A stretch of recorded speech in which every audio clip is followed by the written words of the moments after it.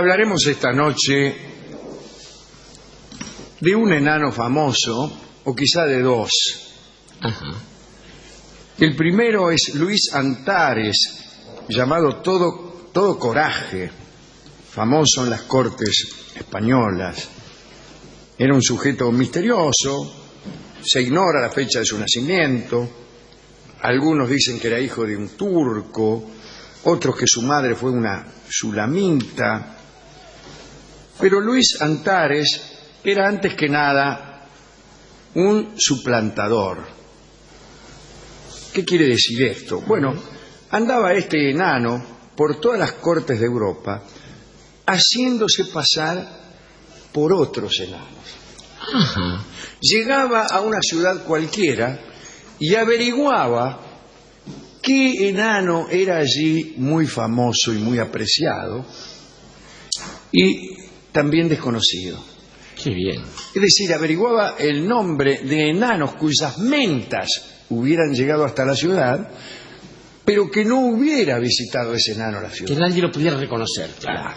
Bueno, estamos hablando de tiempos Sí. en que la televisión, el DNI, el GPS, etcétera, La no foto, habían venido a molestar. a establecer las identidades de un modo tan adamantino que es imposible hoy en día suplantar a nadie, Claro. sin ser descubierto en un Con segundo. el CSI. Entonces este tipo era un suplantador. Ahora bien, no lo hacía de un modo sencillo, no. Averiguaba cuál era la habilidad de este enano y por qué, Ajá. del enano famoso, y por qué la gente Sí, lo hablaba de él. quería. Si el tipo, por ejemplo, era equilibrista, entonces él empezaba por adiestrarse en hacer equilibrio. Si era malabarista, pues hacía malabares, y si era cantor, pues cantaba. Ah, bueno. Ojo. Así de riguroso era en sus suplantaciones este enano Antares. Bueno, tampoco decía Antares que él era fulano de tal. Ajá. Dejaba que otros lo dijeran. Se ponía en la plaza, empezaba a saltar en la soga, ponele. Uy, decían todos, este debe ser X. fulano de tal, que es el que es capaz de saltar en la soga durante 8 días seguidos. Bueno, y entonces naturalmente dejaba que ese rumor cundiera, por ahí lo llamaban, iba a los palacios, a las cortes, lo colmaban de atenciones, ganaba dinero, etcétera. Claro está, no se quedaba mucho tiempo en ninguna parte, más tarde o más temprano se aburría y se iba. Dicen que le gustaban mucho las mujeres. Dicen también que era maestro en casi todas las artes del Amatorias. entretenimiento. Ajá. Volatinero, saltimbanqui, contorsionista, equilibrista, funámbulo. Bien. También solía presentarse como adiestrador de animales, pero tenía la precaución de averiguar qué animales no había en la ciudad que visitaba. Entonces él decía ser adiestrador de aquel animal que no estuviera allí, por ejemplo el rinoceronte, etcétera. Es peligroso esto porque nunca falta alguien que haga aparecer de algún modo un rinoceronte. Bien, también era un hombre valiente porque tomaba toda clase de riesgos y por eso lo llamaban Todo Coraje, que es un buen título para una telenovela. Un día llegó a Madrid, llegó como un desconocido. Adivinó que en Madrid la fama era un artículo demasiado codiciado, entonces permaneció allí sin darse a conocer. También, buscando el amor efímero de alguna prostituta, apareció en casa de la Margaritona, que ciertamente es un buen nombre para una señora que atiende señores. Fue donde la Margaritona y encontró el goce fugaz de que hablábamos, pero también el amor. Ajá. Si es que existe tal cosa, y si es que no es la misma cosa que citábamos antes. Claro, y que ciertamente... ¿Por qué no pensar que el amor es justamente el goce El goce fugaz fugaz. del que hablábamos recién? ¿De cuándo salimos con que el amor... Es contradictorio con el gozo fugaz. No, además, para como nada. se dice, Es eso, como y no dicen otra algunos. cosa. Como quiera que sea, Antares se enamoró de la Margaritona y la Margaritona de él, y fueron muy felices. Durante un cierto tiempo, Antares no suplantó a nadie, ni se hizo pasar por ningún otro, ni abusó de la credulidad de los cortesanos. Parecía que se había olvidado de su profesión. Pero ya sabe cómo es la felicidad, ¿no? Sí, claro, sí, sí. Como dicen, se ejercitaba en la filosofía, pero a veces lo interrumpía la La felicidad. felicidad, Muy totalmente. bien. Amor se El caso es que parecía haberse olvidado de su profesión, pero un día llegaron a Madrid noticias de otro enano, de nombre Antonio Polonesio, y llegaron coplillas y las gentes hablaban del Polonesio y de la hazaña que era capaz de hacer cada vez que se lo proponía. Y les voy a contar cuál era esa hazaña. El Polonesio tenía la siguiente habilidad. Allí donde se celebraba una corrida de toros, el tipo se hacía enterrar en la arena y permanecía bajo tierra hasta tanto terminase la fiesta. Al fin de la corrida se hacía desenterrar, lo sacaban al Polonesio, que no solo aparecía vivito y coleando, sino que también era capaz de contar con lujo de detalles todo lo que había sucedido durante la fiesta y era capaz de responder a cualquier pregunta que se le hiciese al respecto. Qué chulo. Se enteró Antares de esto. Y le empezó a picar aquella obsesión que tenía por reemplazar a los que parecían irreemplazables. Y dijo, qué buena ocasión para hacerme pasar por el Polonesio. Y un día desapareció. La Margaritona preguntó por él y Antares no estaba. No estaba por ninguna parte hasta que se anunció que había una corrida de toros y que Antonio Polonesio iba a ser enterrado en la arena, bajo la cual iba a permanecer todo el tiempo que durase la corrida. Muy bien. Se hizo la corrida, terminó la corrida y al final lo desenterraron a Antares, que había tomado un color azul espantoso y que estaba más muerto que una rata. Se murió Antares. No era el Polonesio, era Antares muerto. ¿Para qué le voy a contar la tristeza de la Margaritona, que se estaba preguntando dónde estaría su Antares? Bueno, ahí estaba, enterrado en la arena. Lo enterró. Sí, pero esta vez para siempre, claro. Lo lloró y no compartió con nadie su dolor. Todo el mundo creía que el que había muerto era el Polonesio y de Antares en Madrid nadie tenía mayor noticia. Pasó el tiempo y se presentó en casa de la Margaritona un segundo enano. Este enano, que era hijo de portugués, se llamaba Joao Mascareñas Serrión, tenía ojos como faroles y también tenía una habilidad. Su habilidad era plantarse en una plaza y empezar a beber agua. Decía que era capaz de beber hasta 300 tazas el tipo. Y ahora venía lo mejor.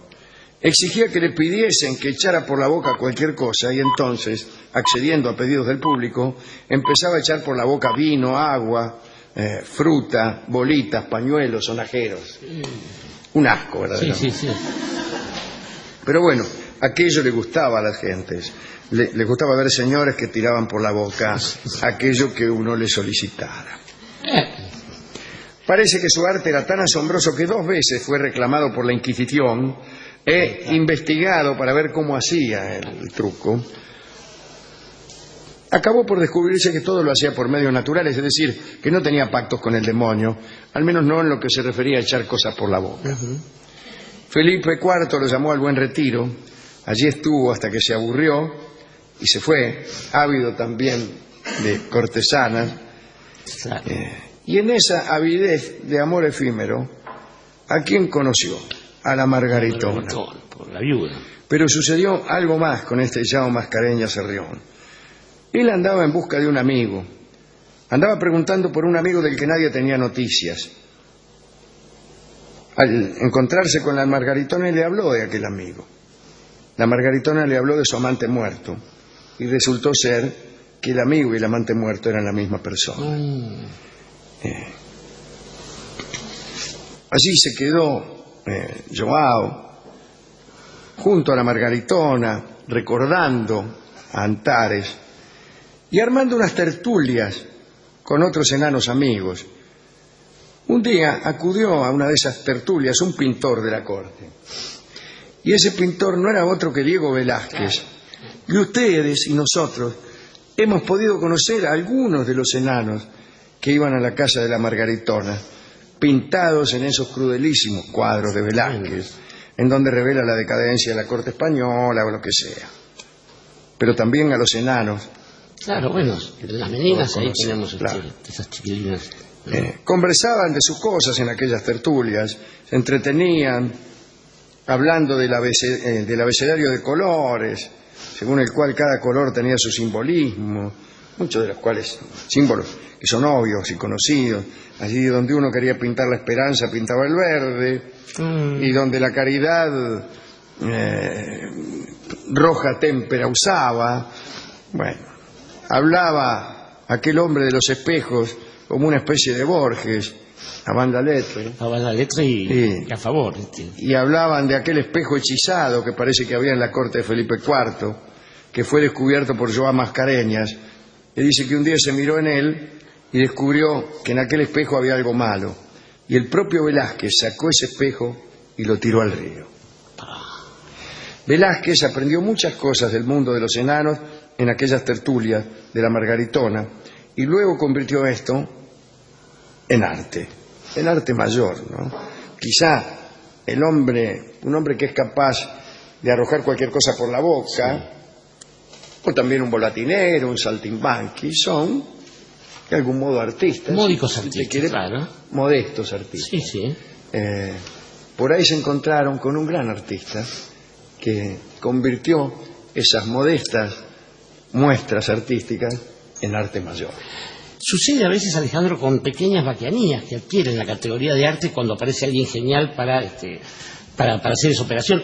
Puede suceder con un instrumento que yace sin mayores destrezas durante algunas décadas y de golpe aparece alguien que lo convierte en una cosa mágica o también demoníaca. Pero la historia nos acostumbra a calificar a las cosas, a las personas, a los seres como grandes o pequeños a partir de la idea de una cierta normalidad. Y en realidad una sociedad más o menos justa, más o menos de mente abierta, como de a ratos pudo ser ese reducto madrileño de que se movía Velázquez, es una sociedad en la que no repara en las cosas comparativamente, sino que las deja fluir, y entonces no dice a alguien voy a ir a donde está esa gente pequeña, sino dice voy a ir a lo de Luis Antares. Claro. Y esto me parece que es sería una gran cosa. Ahora, ¿por qué no sucedía todo el tiempo, cuando no había ni DNI, ni fotografía, ni porquerías de esas, esto de que alguien suplantara a las personas?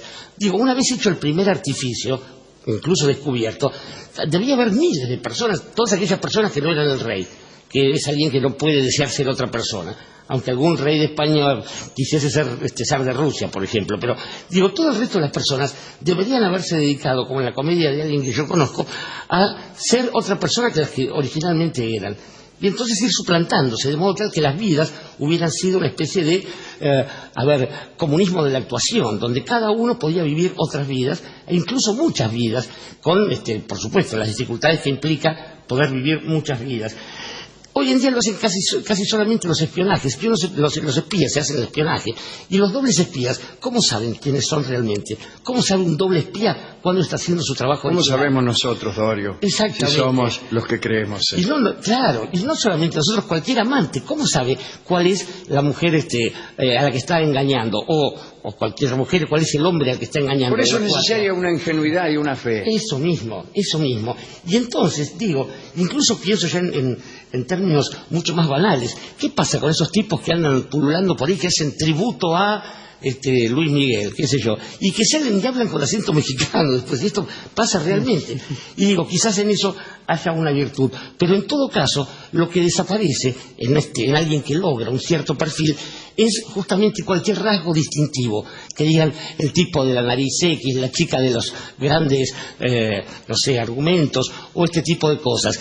Porque entonces sí aparece un nombre, y como escuché decir el otro día, yo no me enamoro de un cuarto trasero, no me enamoro de un par de pechos, me enamoro de alguien con nombre y apellido, por ejemplo. Y entonces, cuando pasa el tiempo, usted dirá ese nombre y apellido e invocará a ese fantasma o ese espectro maravilloso. Si no, en el caso de una mujer que haya tenido un amante fugaz del que no haya valido la pena recordar con nombre y apellido, a lo sumo dirá: c'era un omino piccino, piccino. Y ese es el nombre de la canción que vamos a escuchar ahora. Es una canción que yo creo fue ganadora del Festival de San Remo allá en 1955, y la escucharemos interpretada por Clara Giaione y un coro, una especie de trío sin nombre de aquellos tiempos, que creo que llamaban los Radio Boys. Qué lindo nombre. C'era un omino piccino. Piccino. Avanti. Adelante.